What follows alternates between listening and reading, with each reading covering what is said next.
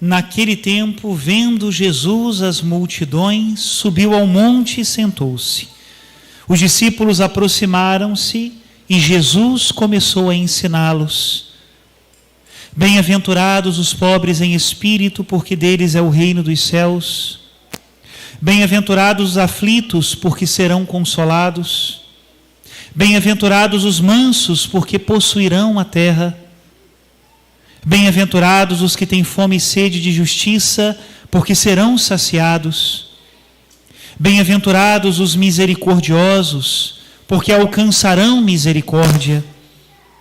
Bem-aventurados os puros de coração, porque verão a Deus. Bem-aventurados os que promovem a paz, porque serão chamados filhos de Deus. Bem-aventurados os que são perseguidos por causa da justiça, porque deles é o reino dos céus. Bem-aventurados sois vós, quando vos injuriarem e perseguirem, e mentindo, disserem todo tipo de mal contra vós por causa de mim. Alegrai-vos e exultai, porque será grande a vossa recompensa nos céus. Palavra da salvação. Glória a vós, Senhor. Queridos irmãos, queridas irmãs, hoje a igreja celebra o mérito de todos os santos e santas.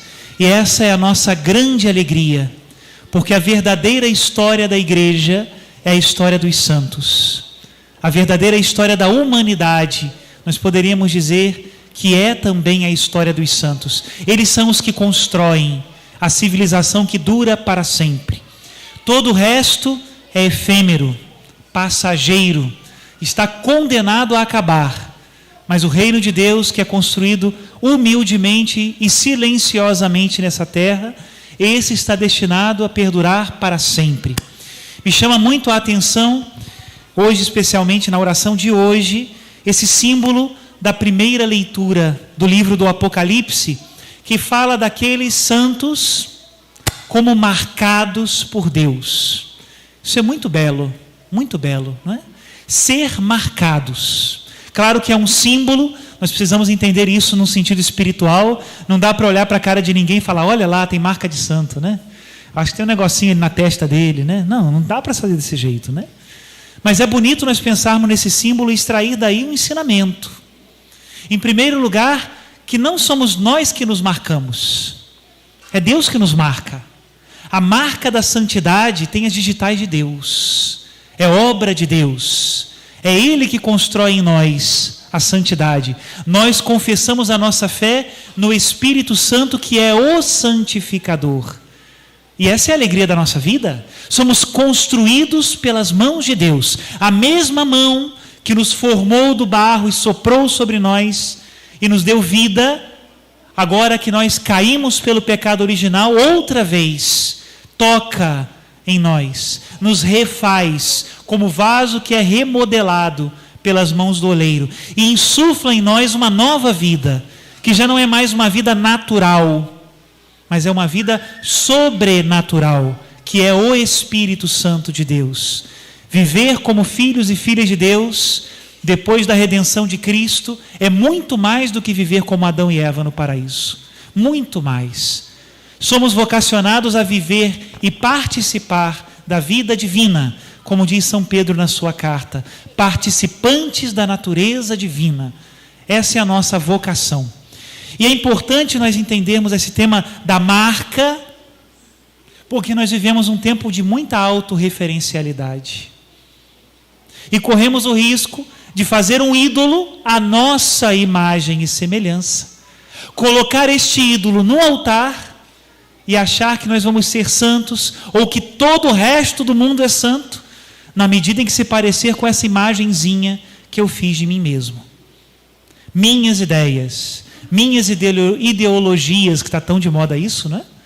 Minhas coisas, não é?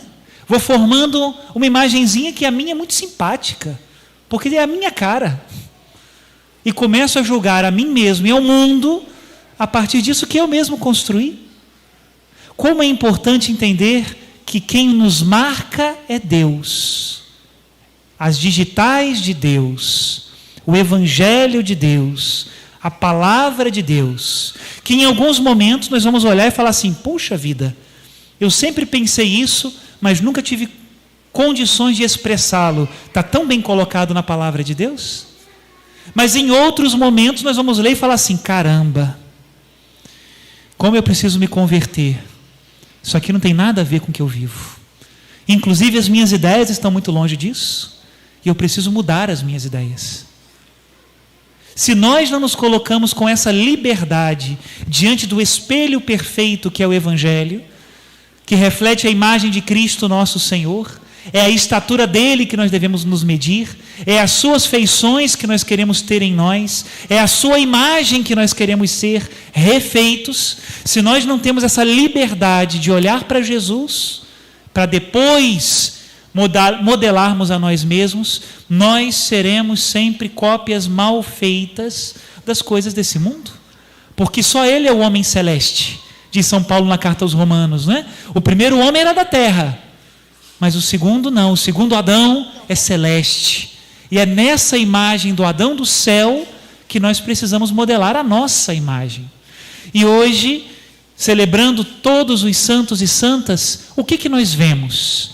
Podemos dizer que são peças de um grande mosaico, de um grande quebra-cabeças, onde cada santo e santa na história da igreja mostra algo da imagem de Jesus. Olhar para a vida dos santos é olhar para um traço do meu Senhor. E por isso é tão apaixonante. Não é um milagre que tantos homens e mulheres corressem atrás de São Francisco de Assis para viver a pobreza, a castidade, a obediência? E jovens, muitas vezes de posição social, com futuro, entre aspas, né? Modelado pelo mundo, mas um futuro à sua frente, tantas possibilidades. E por que iam atrás de Francisco? O que tinha Francisco? Tinha Cristo. E assim nós podemos dizer de tantos outros: São Bento, Santa Escolástica, Santa Clara, Santa Teresinha do Menino Jesus, Santa Faustina, que tem sido uma grande santa, tão imitada e venerada nesses tempos que nós estamos vivendo, pela devoção à Divina Misericórdia.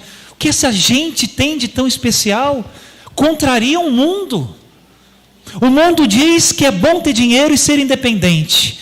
E esses disseram: bem-aventurados os pobres. O mundo diz que temos que ser violento e arrebatar as coisas pela força. E esse povo diz: venceremos pela mansidão. O mundo diz: ganharemos com a bomba atômica. E essa gente diz: bem-aventurados os que constroem a paz. Não dá para fazer um exército com gente assim. Humanamente é gente já condenada ao fracasso. O que eles têm? Ai, padre, eles têm a palavra. Alguns. Teresinha era de clausura, Faustina também. Como ganham? Como vencem? Vencem porque segue o vencedor, o Cristo, que aparentemente aos olhos do mundo, crucificado, corpo entregado, sangue derramado, aos olhos do mundo, um malfeitor condenado. Mas é Deus que vive para sempre. Essa semente ninguém poderá tirar, as portas do inferno não prevalecerão contra ela. E essa semente foi plantada em você e em mim no dia do nosso batismo. E ela precisa crescer, precisa florescer e precisa dar frutos de santidade. Quais são os frutos de santidade da sua vida? Quais são? Não se preocupe de serem frutos ostentosos. Tem gente que fala isso, né? Pois é, padre, poxa, eu tenho que fazer alguma coisa, eu tenho que ir para um canal do YouTube, que hoje a moda é o YouTube, né? Eu tenho que fazer um negócio na rede social. Calma aí. A grande parte dos frutos da santidade são escondidos.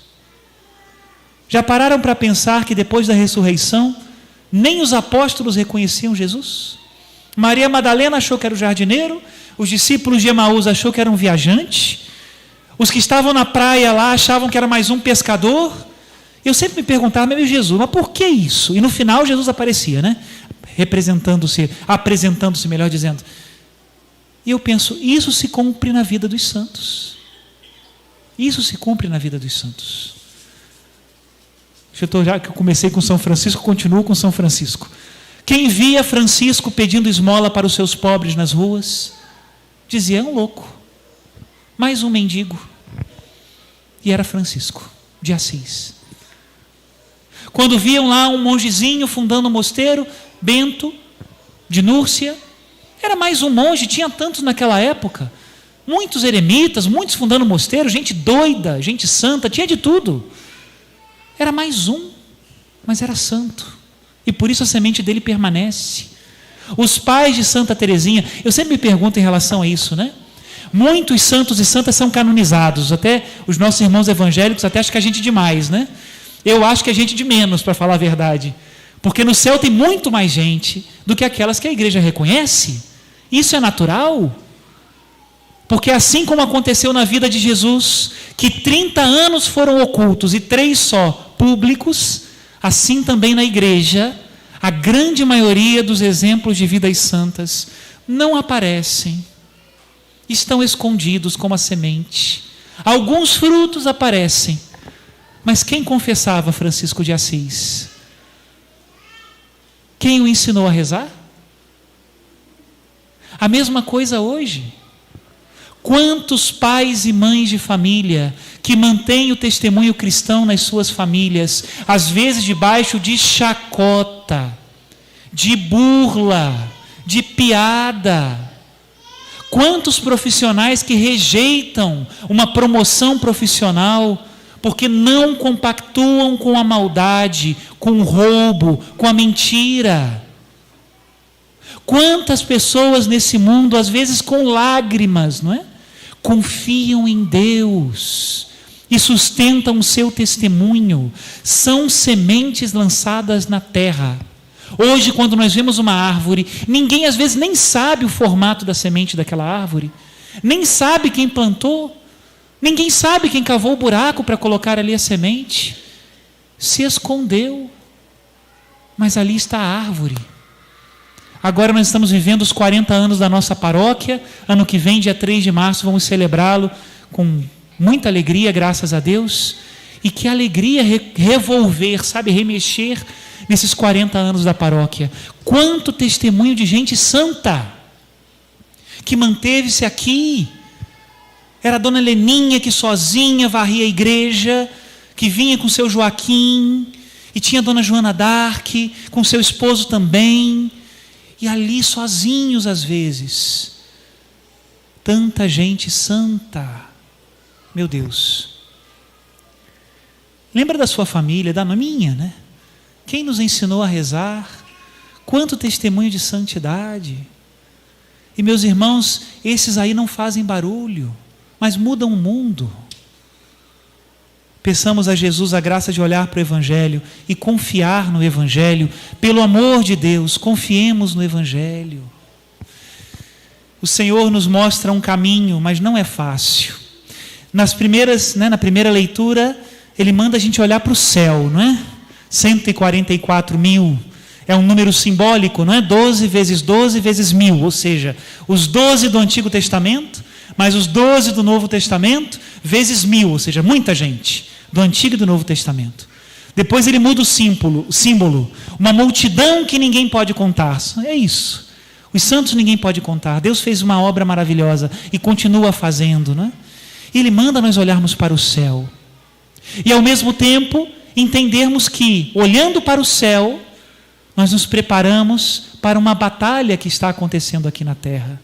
Diz aqui: estes são os que vieram da grande tribulação, lavaram e alvejaram as suas roupas no sangue do Cordeiro. A tribulação faz parte da nossa vida, justamente porque o mundo não nos conhece. Diz a segunda leitura: se o mundo não nos conhece, é porque não conheceu o Pai. Firmes, sorriso no rosto. Ai, padre, não entendem porque eu quero viver a castidade. E você quer que entendam? Padre, não entendem quando eu promovo a paz. E você quer que entendam?